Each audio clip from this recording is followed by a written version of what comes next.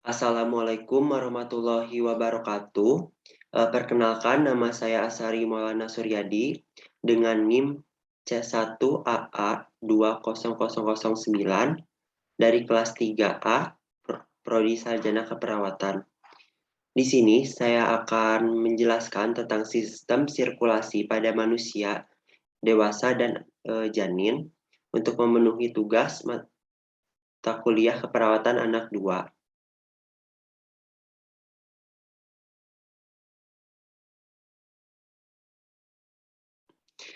Yang pertama ada komponen penyusun sistem peredaran darah. Yang pertama ada jantung, darah, dan pembuluh darah. Lalu selanjutnya ada anatomi jantung. Fungsinya yaitu untuk memompa darah ke seluruh tubuh. Letaknya di antara kedua paru-paru sebelah kiri. Untuk ukurannya sekepalan tangan pemiliknya dan untuk beratnya 220-260 gram. Terdiri atas atrium kanan, atrium kiri, ventrikel kanan, ventrikel kiri, aorta, arteri pulmonalis, vena cava, dan vena pulmonalis. Lalu terdapat 4 katup. Yang pertama ada katup mitral atau katup bikuspid. Terletak di antara atrium kiri dan ventrikel kiri. Katup ini berfungsi untuk mencegah aliran balik sehingga darah dari ventrikel kiri tidak kembali ke atrium kiri. Lalu yang selanjutnya ada katup aorta. Katup aorta berfungsi membuka jalan bagi darah yang kaya akan oksigen untuk dilewati dari bilik kiri ke aorta. Lalu ada katup pulmonalis. Katup pulmonalis berfungsi mengatur aliran darah dari bilik kanan ke arteri pulmonalis yang membawa darah ke paru-paru untuk mengambil oksigen. Lalu yang terakhir ada katup trikuspid. Terletak di antara atrium kanan dengan ventrikel kanan dan memiliki 3 daun katup atau kupis. Jika tekanan darah pada atrium kanan lebih besar daripada atrium kiri, daun katup trikuspid akan terbuka dan darah mengalir dari atrium kanan ke ventrikel kanan.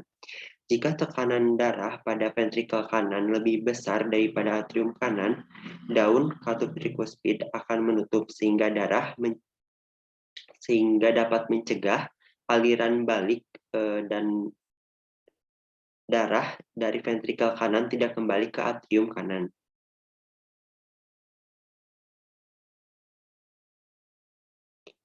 Lalu ada aliran darah di dalam jantung diuraikan sebagai berikut. Darah dari pembuluh balik memasuki atrium jantung kanan dan kiri. Yang kedua, atrium mulai memompa atau menekan darah keluar menuju ventrikel saat itu atrium berkontraksi. Ketika serambi berkontraksi, ventrikel kanan dan kiri relaksasi atau tidak memompa. Saat itu ventrikel menerima darah dari atrium. Ventrikel kanan dan kiri kemudian berkontraksi menekan darah dalam 2 arteri besar menuju tubuh dan paru-paru. Dan terakhir, saat ventrikel memompa darah ke pembuluh nadi, atrium relaksasi. Pada saat itu, darah dari pembuluh balik dari tubuh kembali memasuki atrium seperti proses nomor 1 dan siklus jantung terulang kembali. Lalu yang selanjutnya ada fungsi sistem peredaran darah. Yang pertama ada transportasi. Makanan, garam, mineral, gas, hormon, enzim, dan zat lainnya dibawa oleh darah untuk diedarkan ke seluruh tubuh.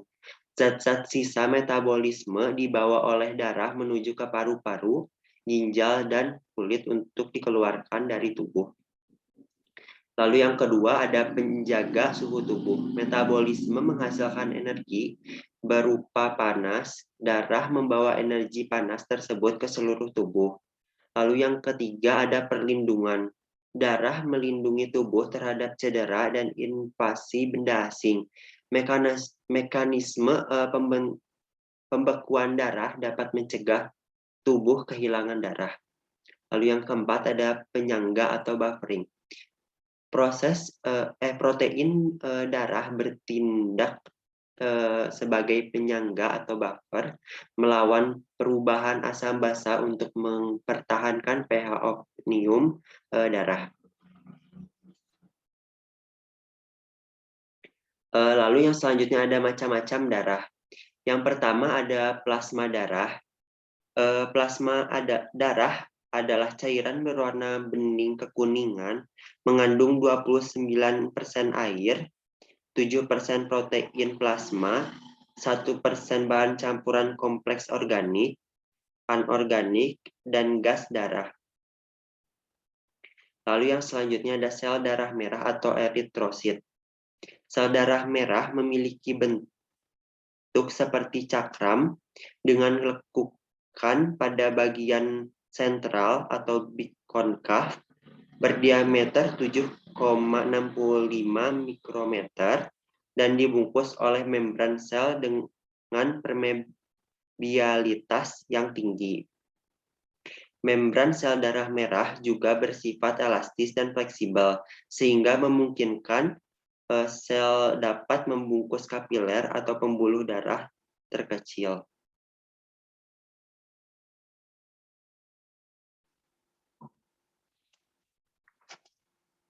Lalu ada sel darah putih atau leukosit.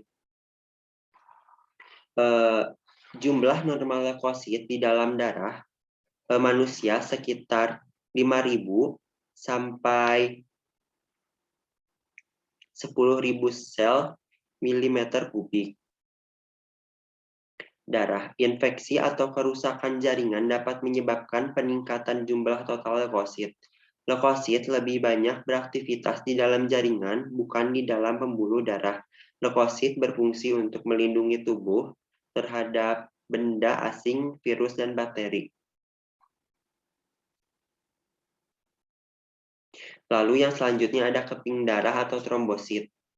Trombosit merupakan fragmen sel tidak bernukleus berasal dari megakariosit yang sangat besar di dalam sumsum tulang,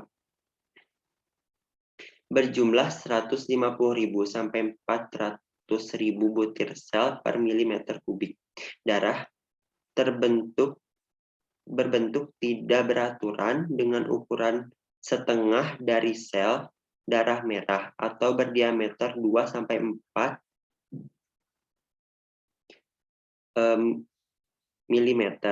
mikrometer. Tidak berwarna dan mudah pecah jika tersentuh benda kasar. Siroplasma trombosit terbungkus oleh membran plasma mengandung berbagai jenis granula yang berperan dalam proses pembekuan darah. Trombosit merupakan struktur yang sangat aktif di dalam darah berumur 5-9 hari. Trombosit yang sudah tua diambil oleh makrofag dari hati dan limfa pada saat darah melewati organ tersebut.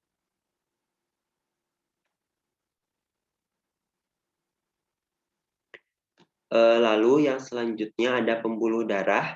Yang pertama ada arteri. Arteri berfungsi membawa darah meninggalkan jantung. Arteri memiliki dinding yang tebal, kuat, dan bersifat elastis. Dinding arteri terdiri atas 3 lapisan, yaitu tunika eksterna atau adventitia. Lapisan terluar yang terdiri atas jaringan ikat fibrosa dan berfungsi menguatkan dinding arteri. Lalu yang selanjutnya ada tunika media, lapisan tengah yang terdiri atas jaringan otot polos dan serabut elastis. Lalu yang terakhir ada tunika intima, lapisan dalam yang tersusun dari sel-sel endotelium.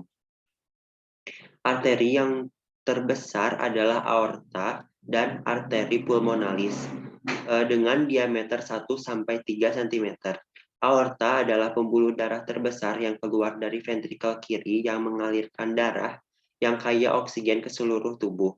Pada pembatasan antara ventrikel kiri dengan aorta, terdapat sebuah katup semilunar aorta.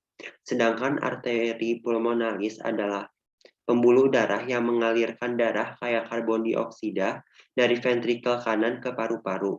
Pada perbatasan antara ventrikel kanan dan dengan arteri pulmonalis terdapat katup semilunar arteri paru-paru.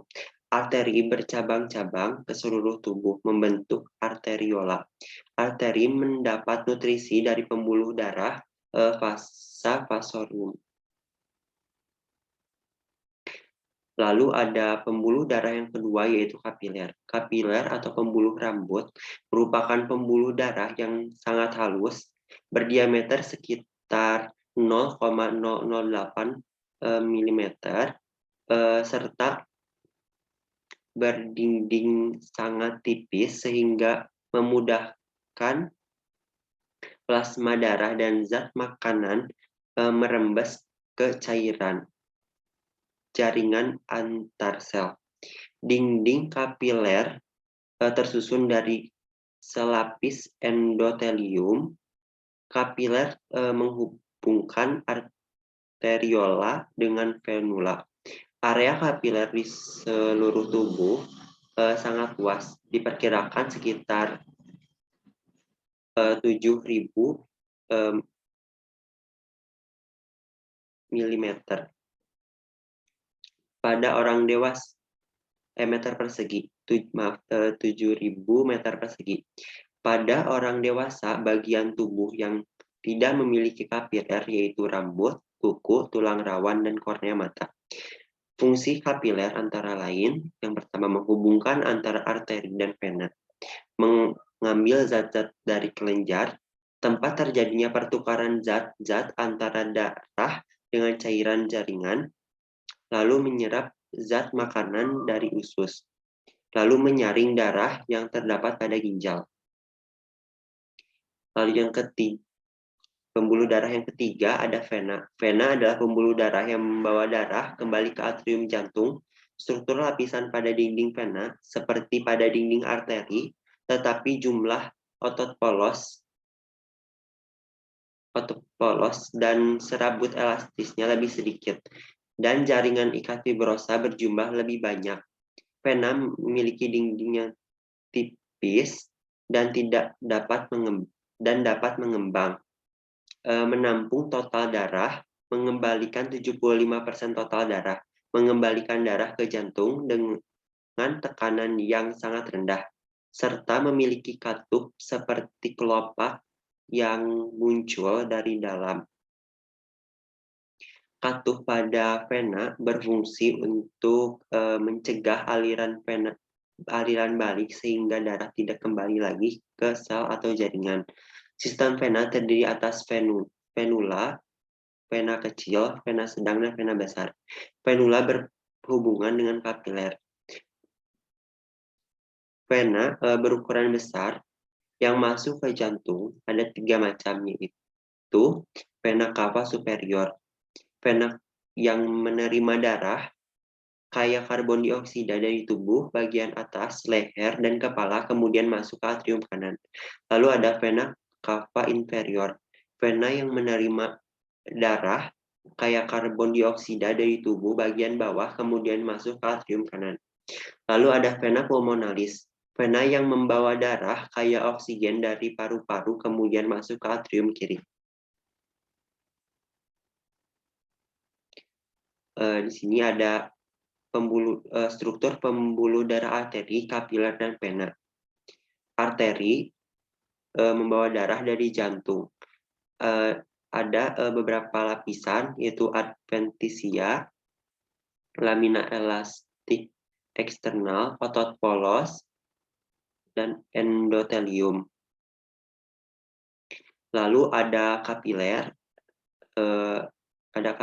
lalu bagian-bagiannya ada perisit, lamina basal, eritrosit, dan endotelium.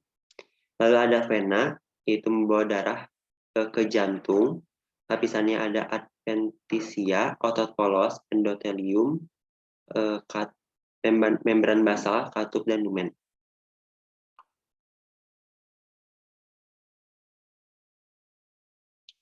Lalu ada mekanisme peredaran darah manusia.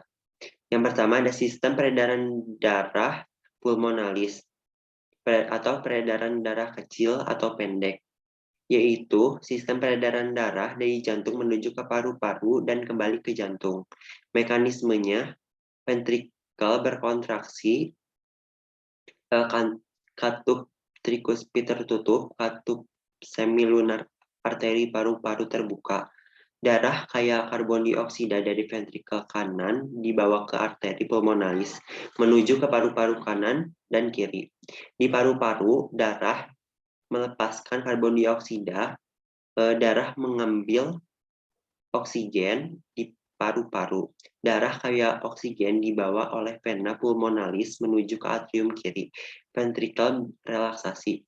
Katup bikuspid terbuka. Darah mengalir ke ventrikel kiri. Lalu yang kedua ada sistem peredaran darah sistemik atau peredaran darah besar atau panjang, yaitu sistem peredaran darah dari jantung diedarkan ke seluruh tubuh dan kembali ke jantung.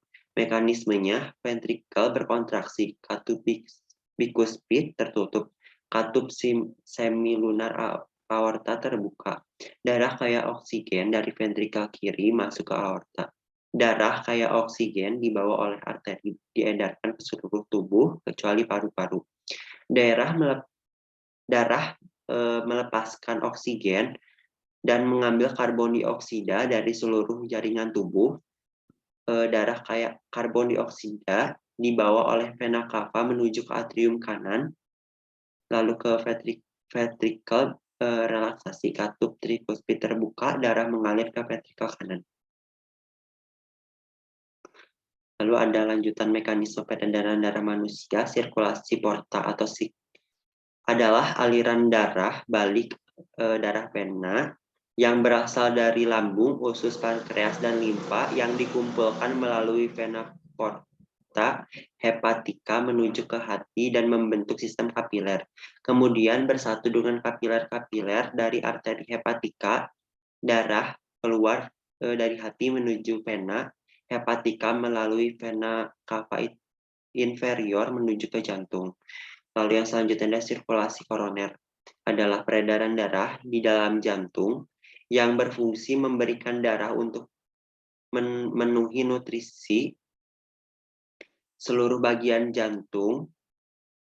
Arteri koroner kanan dan kiri yang meninggalkan aorta bercabang-cabang menjadi arteri-arteri kecil yang mengitari jantung.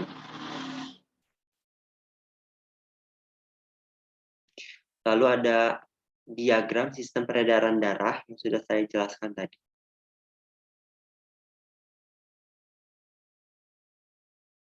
Lalu yang selanjutnya ada sistem peredaran darah pada janin atau fetus. Ketika masih dalam kandungan, janin akan mendapatkan oksigen dan zat nutrisi dari darah ibu melalui plasenta. Plasenta merupakan jaringan dinding rahim yang banyak mengandung pembuluh darah sebagai tempat pertukaran zat. Zat yang diperlukan janin akan diambil dari darah ibu, sedangkan yang tidak berguna akan dikeluarkan. Plasenta terbentuk sekitar minggu ke-8 kehamilan, menempel pada dinding endometrium dan terikat kuat sampai bayi lahir. Plasenta memiliki tali pusar atau ductus umbilikal yang di dalamnya terdapat vena umbilikal dan arteri umbilikal. Vena umbilikal berjumlah 1 buah, serta berfungsi membawa darah kaya oksigen dan nutrisi dari plasenta ke peredaran darah janin. Arteri umbilikal berjumlah 2, serta berfungsi membawa darah kaya karbon dioksida dan zat sisa dari tubuh janin ke plasenta. Di sini ada gambar peredaran darah pada janin, yaitu darah membawa zat nutrisi dan oksigen melalui plasenta dan darah ibu menuju ke janin. Baik, terima kasih. Sekian yang bisa saya sampaikan. Mohon maaf bila ada kesalahan. Wassalamualaikum warahmatullahi wabarakatuh.